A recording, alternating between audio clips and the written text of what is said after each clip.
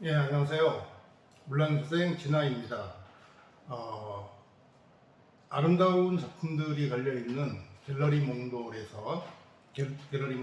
전시룸에서 오늘부터 사마천이 사기에 남긴 역사의 명언이라는 강의를 시작해 보도록 하겠습니다. 오늘 그 첫 번째 시간으로 천도는 정의로운가, 사마천 사기 백이열전에 나오는 말을 가지고 시작하도록 하겠습니다. 제가 뭐 강의를 많이 하는 것도 아니지만은 주로 대면 강의를 좋아하고 줌이라든지 비대면 강의는 거의 해본 적이 없어요. 그래서 이것이 처음이라서 굉장히 버벅거릴 수도 있고 좀 만족스럽지 못한 그리고 여러 가지 실수가 나올 수 있겠습니다. 하지만 장비 문제도 그렇고 여러 가지 발생하는 문제들은 앞으로 계속 해를 거듭해 나가면서 고쳐가기로 하고요. 일단 오늘 강의를 시작해 보도록 하겠습니다. 제가 물란서생이라는 일종의 호를 쓰고 있는데 한문종 하신다는 분들이 제 물란서생이라는 이 호를 보고 이렇게 해석하시는 분들이 있어요. 글로 어지럽히는 서생, 선비. 글로 세상을 어지럽히려고 하는 선비 아니냐. 하지만 이것은 정말 하나만 알고 둘은 모르는 이야기입니다. 그 이유를 말씀드리겠습니다. 원래 우리가 어떤 것이 물란하다고 할 때 그 한자 말은 어지러울 문자에 어지러울 난자를 써서 물란, 이건 이제 confused in a state of anarchy라고 혼란스러운 또는 무정부 상태를 가리키는 거예요. 이 어지럽다, 어지럽히다, tangled, 뭔가가 뒤엉키고 섞여 있는 그런 상태를 말하는 거고, 라는 disorderly, 그리고 to confuse 이런 뜻이죠. 그런데 재미있게도 이 란이라는 말에 정반대의 뜻이 있어요. 그러니까 질서가 잡혀 있지 않고 혼란스럽게 한다는 그런 뜻의 그 반대, 질서를 가져오고 다스리다, 이런 뜻이 들어 있습니다. 이건 제가 그냥 주장하는 게 아니고 원래 서경 태서 중에 이런 말이 나와요. 여유 란신 십인. 이게 나에게는 란의 한 가지 뜻만 알고 있으면 나에게는 어지러운 시나 10명이 있다 이렇게 해석할 수 있지만은 사실 여기에서는 이 란이라는 것이 to bring about order to govern it, 즉 나에게는 어지러운 세상을 바로잡는 10명의 신하가 있다 이런 뜻입니다. 그래서 영역본을 보면은 I have 10 able ministers, 약간 의역한 거죠. 나에게는 유능한 10명의 대신, 10명의 장관이 있다 이렇게 해석을 합니다. 그래서 제가 이 물란서생은 제가 만든 말이에요. 그러니까 어지러울 문자 대신 그럴 문자를 써서 저는 제가 이 말로 의미하고자 하는 것은 글로 어지러운 세상을 바로잡는 선비, 이것입니다. 자, 그러면 앞으로 물란서생이 무엇을 할 것인지 잘 지켜봐 주시고 계속해서 다음 얘기를 하도록 하겠습니다. 먼저 앞으로 우리가 해야 될 것이 사마천의 사기에 나오는 명언을 살펴볼 것인데요. 그 명언이 한문으로 되어 있기 때문에 짚고 넘어가야 될 것이 있어요. 우선 한문독법의 현토, 토를 달아 읽을 거냐 그렇지 않을 것이냐 하는 문제가 있는데요. 자, 한문을 중학교 과정에서 정식으로 배운 세대라면 논어의 제일 첫 문장, 하기편에 나오는 이 유명한 구절을 누구나 알 거예요.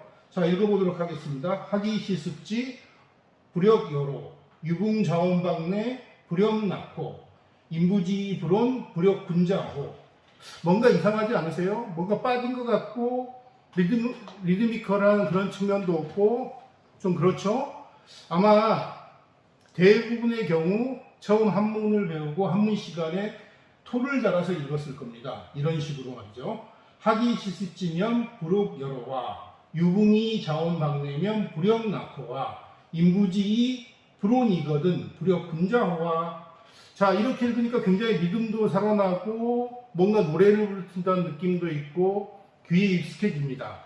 그런데 80년대 중후반에 도올 김용옥 선생이 동양학 열풍을 일으켰어요. 동양학이란 무엇인가? 그때 아마 꽤 유명한 책이었는데, 그때 김용옥 선생이 주장하신 것에, 자, 영어 I go to school 하면 누구나 나는 학교에 간다, 이렇게 해석을 할 거예요. 그런데 만약 이 I go to school을 우리가 한문을 읽는 방식으로 I는 school에 고한다, 그러면 얼마나 웃겨요? I go to school만으로도 이미 학교에 간다는 뜻이 되는데 굳이 주격조사 이런 것들을 집어넣어서 토를 집어넣어서 I는 school에 고한다 이러면은 남의 나라 말을 아주 우습게 만들고 불필요한 일이다, 이러한 주장 때문에 한문을 읽을 때 토씨는 필요 없다, 이런 주장을 하셨어요. 뭐 사실 맞는 말인데, 가령 중국인 같은 경우 우리가 쓰는 토씨가 없어도 이것을 완벽하게 이해하겠죠. 그러니까 사실 토씨는 필요 없습니다. 그래서 저도 토씨를 다는 것을 되게 촌스럽기도 하고 뭐 문법적으로도 불필요한 것이라고 생각해서 하기 시습지, 불역여로 이런 식으로 읽었는데 이게 뭔가가 좀 부족한 것 같아요.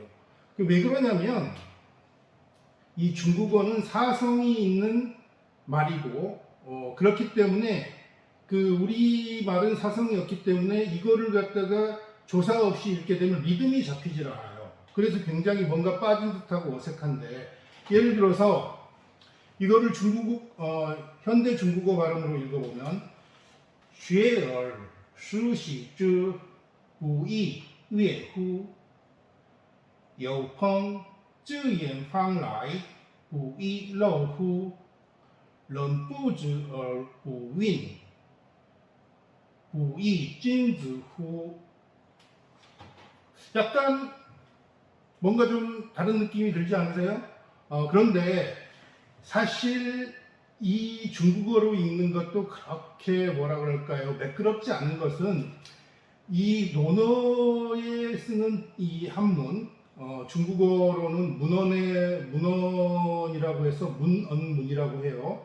그런데 이것은 공자님 시대의 구어, 즉 회화라고 하는데 지금하고 이제 시대가 많이 달라져서 그런지 지금 이런 식으로 말하는 중국인들은 없죠. 그리고 여기에서 하나 이제 짚고 넘어가야 될 것이, 우리가 읽는 한자 도금이 중국 당나라 송나라 때쯤에 사용하던 발음이라고 해요. 혹시 나중에 뭐 타임머신을 타고 그 시대에 가서 우리가 이 우리식 발음으로 읽으면 얘기가 통할 수 있을지도 모르겠습니다. 자, 그런데 이것을 현대 중국어로 한번 바꾼 걸 보죠. 백화라는 것은 구어를 말하는 것입니다. 그러니까 이것이 바로 일반 지금 현대 중국인들이 말로 쓰는 건데, 자, 앞에 있는 문언문, 고문에 비해서 굉장히 복잡해지죠. 그리고 여기서 보면 똑같은 내용인데 위에 것은 번체자, 번거롭다고 해서 사실 우리가 정자라고 부르는 겁니다. 대만하고 홍콩 이런 곳에서 사용하고 있죠. 그런데 그 밑에 있는 것은 간체자, 간단한 글자체라고 해서 지금 중화인민공화국에서 사용하고 있는 글자예요. 근데 저도 하도 간체자로 된 글들을 많이 보다 보니까 이 정자, 번체자로 된 글을 읽으면은 굉장히 뭐라 그럴까요? 눈이 필요하다 그럴까요? 좀 그런 문제가 생겨요. 그런데 방금 우리가 고문에 토를 달아서 읽었는데, 만약 이 현대 중국어에 토를 달아서 읽으면 어떤 일이 벌어질까요? 자, 学了后又是复习它面不是很高兴吗? 자, 현대 중국어에 토를 달아서 읽으니까 정말 어색하게 됐죠. 그래서 저는 토를 달아서 읽는 것은 뭐 저는 별로 그렇게 권하지를 않습니다. 하지만은 토를 달아서 읽으면 리드미컬하고 아마도 이것은 이제 서당에서 한문을 배울 때 쓰는 방법인데 그 나름대로 장점이 있어요. 암기하는데 편리하기도 하고 또 그거 자체가 우리의 그 한문 공부의 전통이기도 합니다. 그래서 그렇게 하실 분들은 그렇게 하시고 저처럼 서당에서 한문을 배우지 않는 사람들 같은 경우 뭐 그냥 우리 한국 발음으로 읽어도 좋고 토시 없이 그래도 문장 구조하고 문장 구조를 이해하는데 아무런 문제가 없어요. 아니면 리드미컬하게 읽고 싶다 이럴 경우에는 중국어 발음으로 읽는 것도 괜찮습니다. 그래서 저는 앞으로 이 강좌를 진행해 갈 때 저는 사실 아까 말씀드렸지만 토시를 붙여서 읽는 것에 익숙하지 않기 때문에 토시 없이 한문 문장을 읽거나 경우에 따라서는 중국 발음을 곁들여서 읽는 방법을 써보도록 하겠습니다.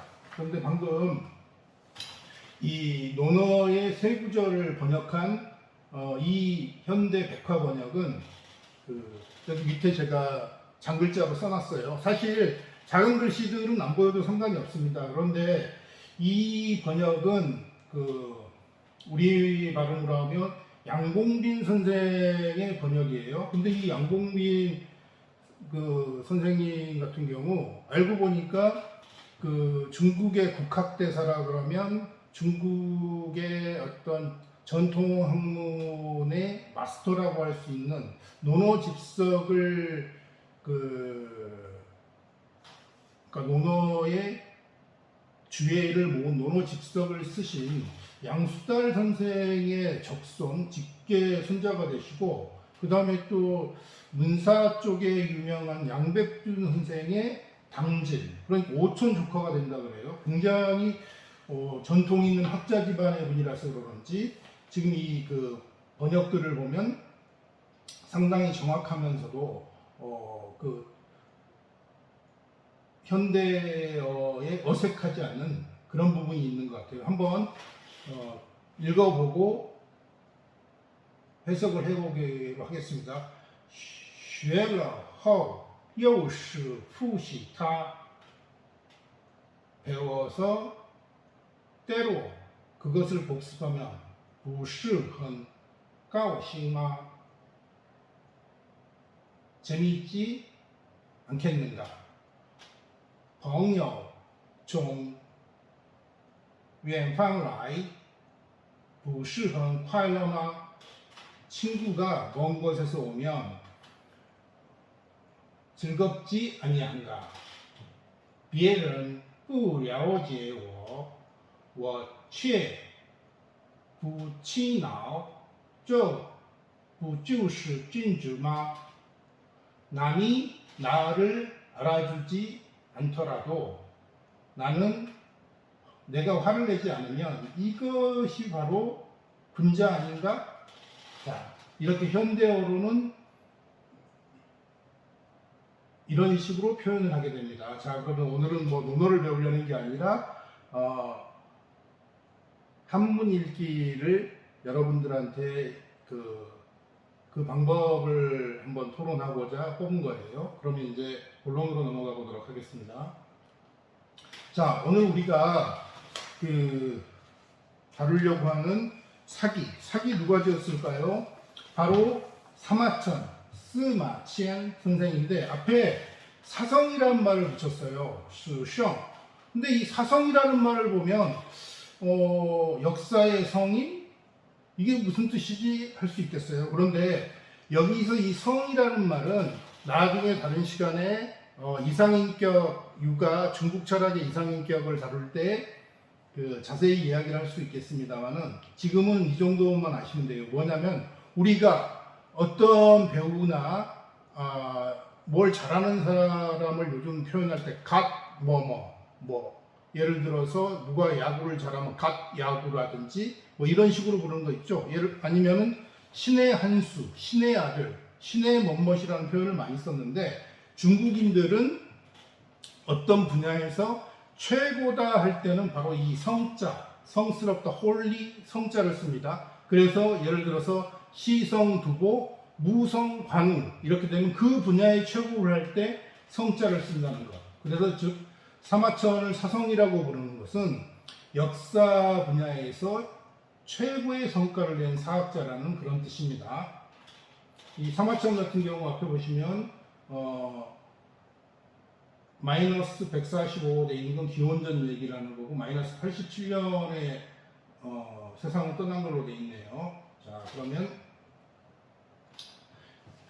우리가 살펴볼 명언이 들어있는 사기는 중국 정사의 효시라고 해요. 근데 여기서 다루고 있는 범위가 약 2500여 년인데 그게 중국에서 사망오제의 첫 번째인 황제, 이 BC라는 이 단어가 굉장히 좀 낯선 분들이 계실 건데 원래 BC 기원전은 Before Christ예요. 즉 크라이스트 주님 이전을 말하는 건데 이것이 종교적인 그런 의미, 종교적인 냄새라든가 편향이 심하다 해서 새로 만든 말이 Before Common Era, 그래 공식적인 시간의 전이다, 어떤 기간의 전이다 해서 이것을 요즘 보통 번역할 때 서기전이라는 말을 많이 써요. 서기전 이러면 기원전에 비해서 특정 종교 편향도 없고 그런 게 있어서 지금 서양에서 나오는 책들이나 이런 데 보면 BC이라는 표기를 많이 쓰고 있습니다. 이 황제가 BC, 그러니까 서기전 2697년 정도를 현대 중국에서 기원으로 보고 있는데 거기서부터 한문제 태초영간, 즉 서기전 104년에서 101년 요 정도, 그러니까 약 2500여 년이 바로 사기에서 다루는 역사 범위예요. 그리고 구성이 본기 12편, 본기는 제왕을 중심으로 기록한 국가대사고 그 다음 표가 10개 있는데 복잡한 사건과 인물을 도표 형식으로 열거한 일종의 연대기입니다. 그리고 서라는 것이 있는데 국가의 각종 제도와 사업이 서술되어 있는 것이고 세가는 제후국의 역사를 기록한 것인데 그게 30편이에요. 그리고 이제 우리가 오늘 살펴본 백이열전을 비롯해서 탁월하거나 주목할 만한 인물들을 기록한 열전이 70편입니다. 여기 이 내용은 뭐 일반적으로 알려져 있는데 사기 교양강이라고 돌베개에서 번역도 나왔어요. 한조기, 한짜오치 교수의 이분이 중국에서 사기 연구 40년 그리고 굉장히 그에 관련된 좋은 책들을 여러 권 쓰셨어요. 그러니까 한번 관련된 책들을 참조하라고 제가 밑에 써놨습니다. 자, 그리고 방금 앞에서 말한 이 사기 교양강의 우리말로 번역한 한양대 이인호 교수 같은 경우 사기의 특징을 딱 한마디로 이렇게 말하고 있습니다. 기존의 역사책은 연도별 기록이나 사건 위주로 정리를 했는데 사기는 인물 위주의 기록이라는 겁니다. 이것이 가장 큰 특징이에요. 그래서 아까 공기의 기자하고 열전의 전을 하나씩 빼서 기전체라는 역사 소설 방식, 이것이 바로 사마천이 만들어낸 방식이고 이것이 중국 정사에서 통용되는 역사 기록 방식이에요. 자, 그러면 오늘 우리가 뽑은 역사의 명언, 자, 무엇일까요? 여심혹언 당소이 천도 시야비야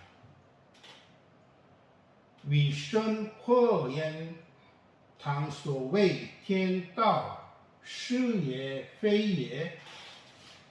나는 나는 이게 아주 곤혹스럽다. 만약에 천도라는 것이 있다면, 앞에 만약에 이러한 것이 천도라고 한다면 그것은 옳은 것인가 그른 것인가? 사마천이 왜 이런 한탄을 하게 된 걸까요?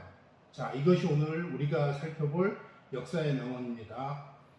여심 혹은 당소이 천도 시야비야 위선 호연 당소웨이 텐다오 시예 페이예.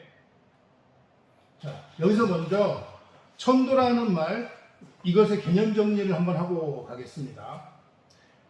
이 천이라는 것은 우리가 그냥 그 밖에 나가면 바로 볼 수 있는 하늘, 티엔콩, 하늘, 스카이는 물질지천, 물질로 된 그 자연과학의 대상이 되는 그런 천이에요. 하늘이에요. 그런데 이제 여기서 주제지천이라는 것은 인격과 의지를 가진 최고의 신, 하느님, 중국에서는 상제라고 하는 존재를 바로 주제지천이라고 하고요. 그리고 운명지천이라는 것은 우리의 삶 속에서 맞닥뜨리는 어찌할 수 없는 도리, 이것을 운명지천이라고 부르고, 자연지천은 그 자연이 봄, 가을, 여름, 겨울처럼 이렇게 돌아가는 자연의 법칙, 운행, 그거를 말할 때 자연지천이라고 불러요. 그리고 이제 의리지천 같은 경우는 우주 최고의 원리를 이런 식으로 표현하는 겁니다. 여기에 관련해서는 중국 철학사에서 천 관련의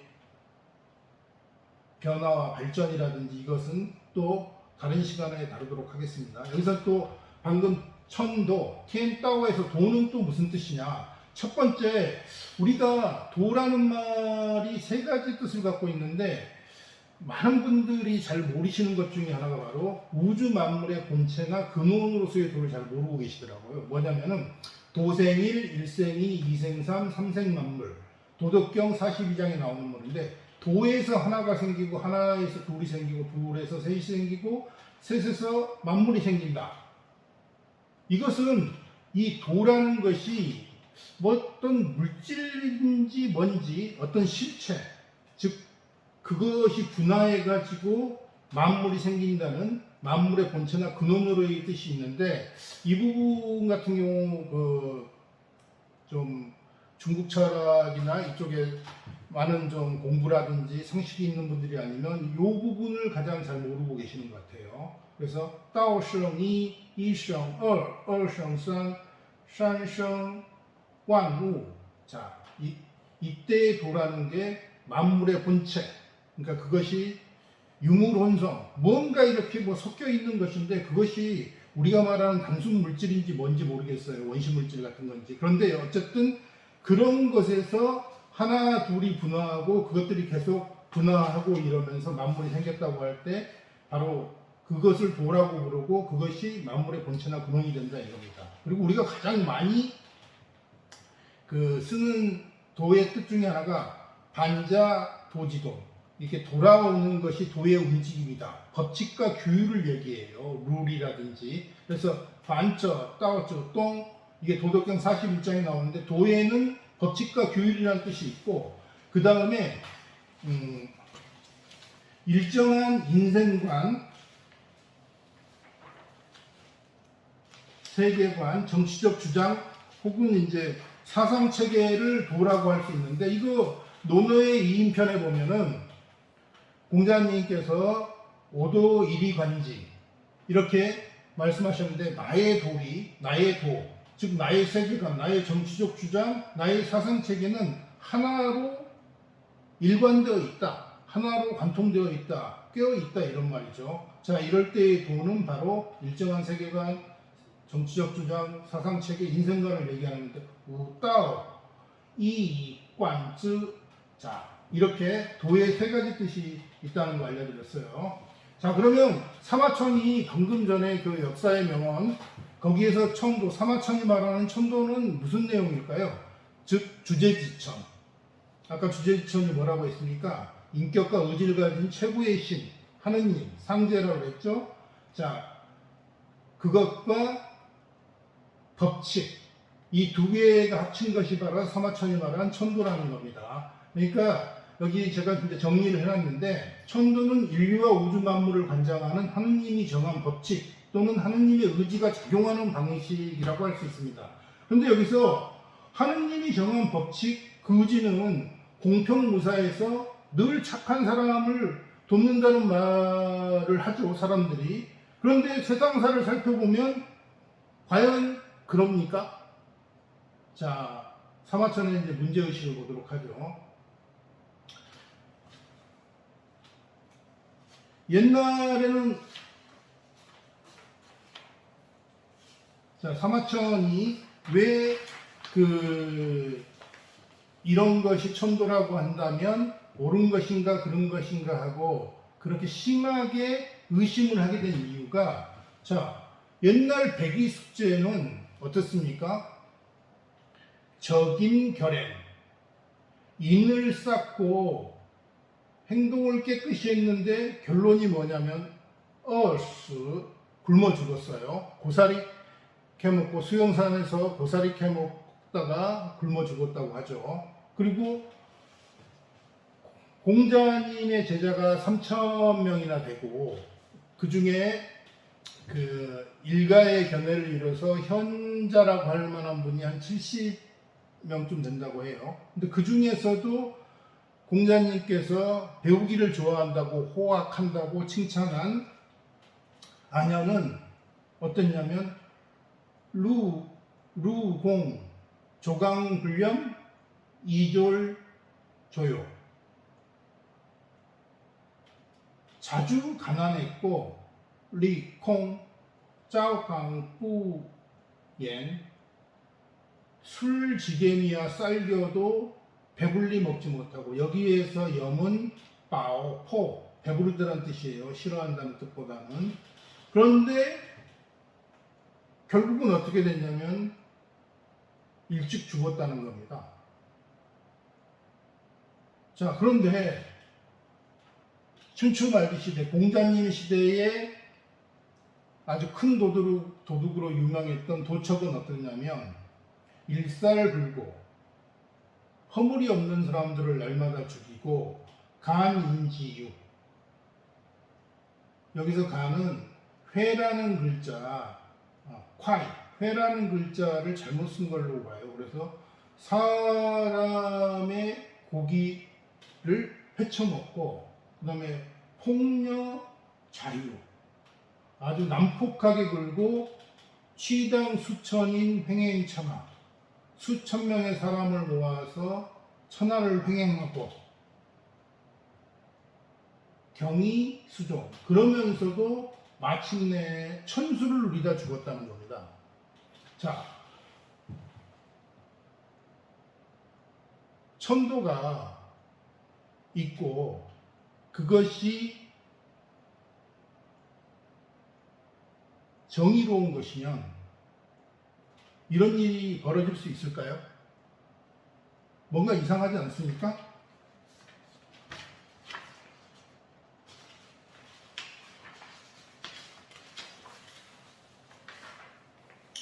그래서 근데 과연 이런 일이 옛날에만 있었던 것일까요? 이제 여기서 당시라는 것은 사마천이 사기를 쓸 때입니다. 그 당시에 보면 조행불계, 전범기기, 이종신일락, 부루세 부절, 조행, 태도와 행동이 궤도에 맞지 않는다는 건 불법을 말하는 거예요. 그리고 오로지 남들이 싫어하고 꺼리는 일만 범하고 그것만 한다는 겁니다. 그렇게 함에도 종신토로 편하고 기쁘게 살고, 그리고 부귀가 여러 세대에 걸쳐 끊이지 않는다는 겁니다. 사마천 당시에 그랬다는 거예요. 그리고 도리어 택지도지. 자, 땅을 골라서 밟는다는 게 뭡니까? 조심스럽다는 거예요. 그리고 시연우 출원. 때가 그러한 후에 말을 한다. 아무 때나 말을 하는 것이 아니고 때에 맞추어서 얘기를 하고 행부류경. 여기서 경은 샛길 이런 거, 그러니까 어떤 일을 할 때 뭐라 그럴까요? 그 올바르지 못하게 질러가는 그러한 길로 다니지 않고 공정한 것이 아니면 발군하지 않는다. 분노하지 않으면서도 우화재자, 즉 재앙을 만나는 사람이 불가승수야. 이루 헤아릴 수 없다는 겁니다. 그러니까 사마천이 방금 옛날에 백이 숙제와 안연의 예를 들면서 이렇게 착하게 살아도 굶어 죽고 요절하고 도리어 못된 짓만 해도 천수를 누리는 게 옛날에 있었던 일인데, 그렇다고 해서 사마천으로 말했을 때 당시, 즉 현재도 달라진 게 없어요. 이렇게 불법을 저지르고 나쁜 짓만 하는 사람은 정신토록 편하고 즐겁게 살고 또 대대로 자식들까지 잘 살아요. 그런데 도리어 조심스럽고 말도 조심하고 그리고 뭐라 그럴까요? 정당하지 못한 방법으로 어떤 걸 얻으려고 하지 않고 또 화를 내더라도 그것이 올바른 때, 그럴 때만 하는 경우에도 이렇게 재앙을 만나는 사람이 셀 수 없이 많다. 그러면 다시 사마천 시대로부터 2000년이 지난 지금은 어떻습니까? 지금은 천도가, 정의로운 천도가, 즉 세상이 정의롭게 굴러가고 있나요? 나쁜 사람은 벌 받아서 잘 못 살고 착한 사람은 하늘이 복을 줘서 잘 살고 있나요? 우리가 뭐 그 텔레비전 광고라든지 아니면 그런 데서 많이 보기도 하는 것 같아요. 뭐 독립운동을 하면 도리어 몇 세대가 몇 후손들이 못 살고 친일파를 하면 몇 세대가 잘 먹고 잘 산다. 여기 보면 부후 루세 불절 후허 레이스 부지에 부귀가 여러 세대에 걸쳐 거치지 않는다. 즉 사마천이 한탄했던 그런 천도가 도대체가 이것이 정의로운 것인지 옳은 것인지 그런 것인지 의심하지 않을 수 없는 그러한 상태가 지금도 역시 그렇습니다. 자, 그런데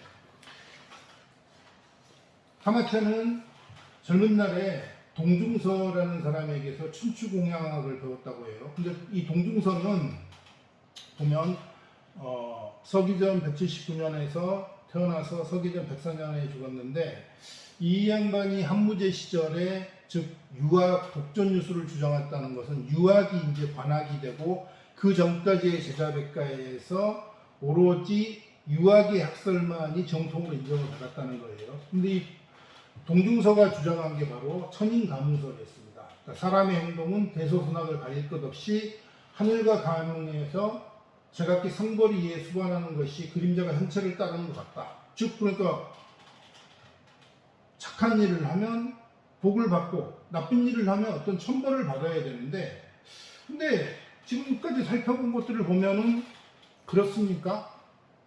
나쁜 짓 하는 사람이 더 잘 먹고 잘 살고 착한 짓에만 사는 사람, 법 없이 사는 사람들은 도리어 굶어 죽고 요절하고 아파 죽고, 참 이것이 정말 이것이 혹시 진짜 천도라면 그건 잘못된 것 아니겠어요? 자, 그래서 이러한 것을 보고 사마천은 천인가문설은 그럼 엉터리란 말이냐?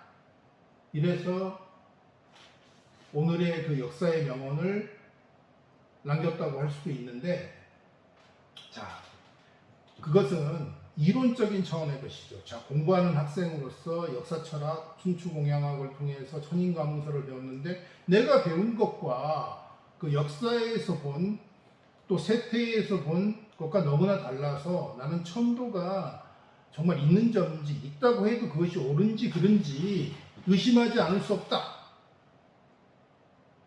이런 의심, 고민과 의혹을 했는데, 자, 이건 굉장히 이론적인 차원이죠. 근데 그거를 가지고 그 사기라는, 정말 사성이라는 이름을 듣는 그런 작품을 쓰는 어떤 동기로 충분했을까요? 그런데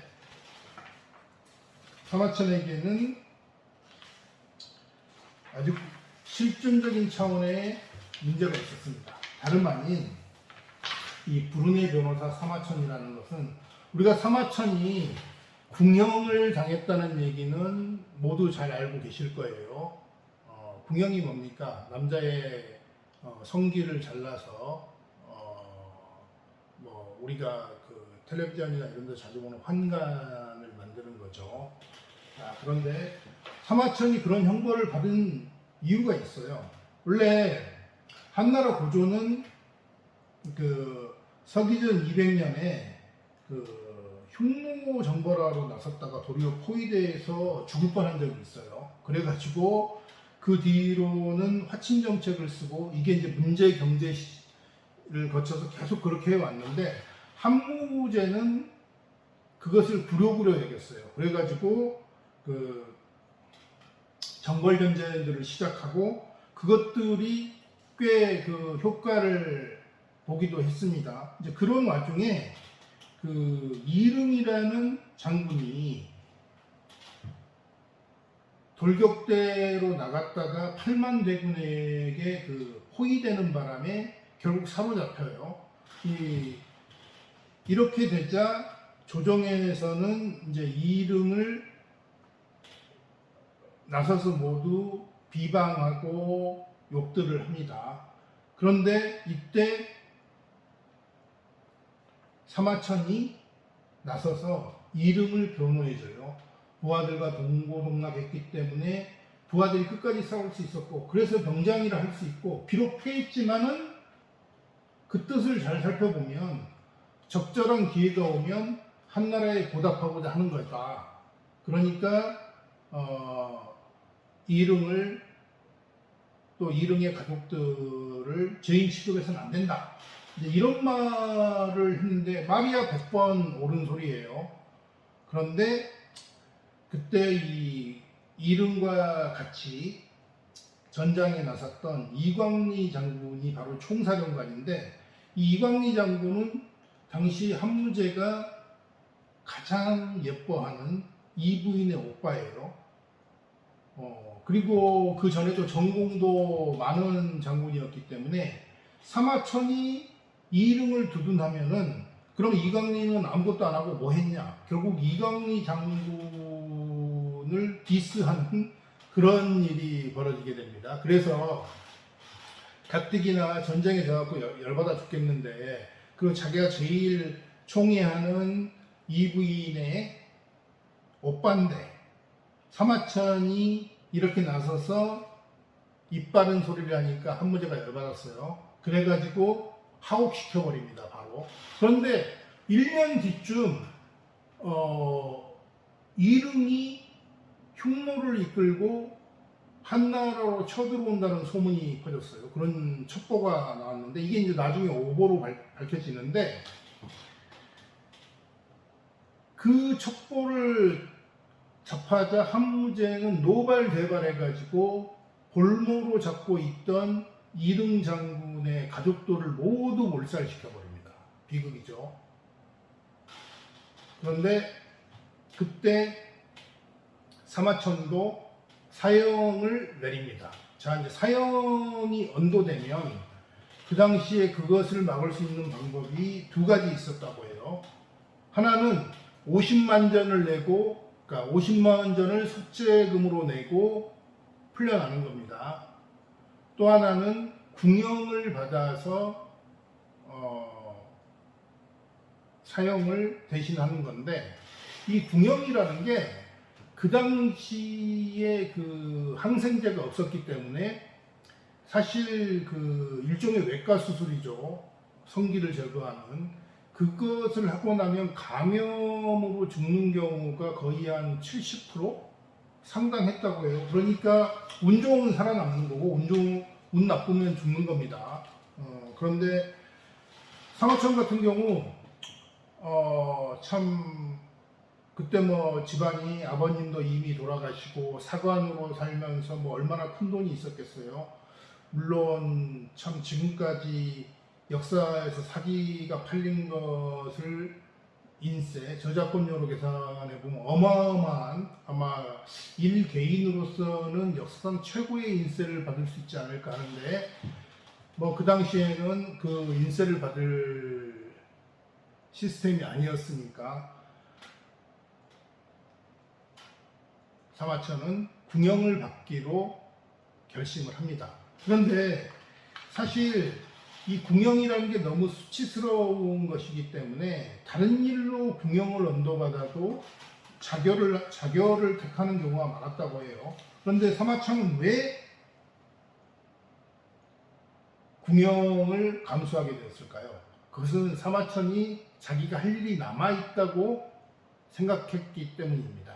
즉 궁영을 감수하고라도 해야 될 일, 그 일이 있기 때문에, 즉 자기가 듀티라고 생각하는 것이 있기 때문에 죽을 수 없다고 해서 그런 수치스러운 궁영을 감수하게 된 거예요. 자,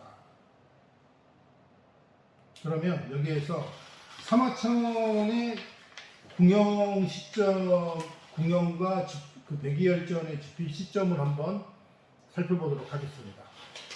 이게 궁영, 이것은 아까 한족이 뭐 등등 중국 학자들하고 사기 전문가들이 하신 이야기들을 좀 종합을 해보면은 궁영을 당할 시점이 사기 집필한 지 10년쯤 경과를 하고 있었다고 그래요. 그리고 그 10년 뒤에 완성을 했기 때문에 산술적으로 보면 궁영을 받은 시점에 대략 지금 남아있는 사기의 50% 정도를 집필한 것으로 보고 있습니다.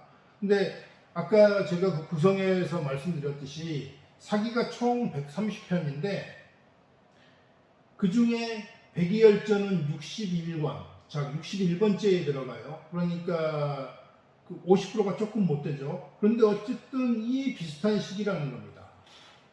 그런데 이 열전은 아까도 말씀드렸지만 역사라는 무대에서 실제로 활동했던 유명한 인물들의 초상을 전기적으로 일종의 전기죠. 그렇게 묘사한 글이에요. 그런데 사마천의 열전에 나오는 사람들은 대부분 역사적 존재가 확실시되는 사람들이에요. 또 사마천이 누굽니까? 사성이라는 사관 아닙니까? 그러니까 실증적이고 또 그러한 자료의 근거에서 쓰는 게 습관화가 돼 있고 함부로 날조하지 않는 그런 사관으로서의 어떤 지조가 있는 사람인데 실존성이 가장 의심되는 백의 숙제를 골라서 그것도 70열전의 제1번으로 둬서 시작한 이유가 무엇일까요? 네, 그렇습니다. 여기 다시 나오죠. 여심호건, 당소이천도 시야비야. 궁영을 당하고 나서 사마천이 그러한 수치스러운 궁영을 감수하면서도 자기가 완성시켜야 될 사기라는 작업을 놓고 바로 이 50%쯤 했을 때 뭔가 역사를 보는 눈이라든가 이런 것들이 좀 달라진 것 같아요.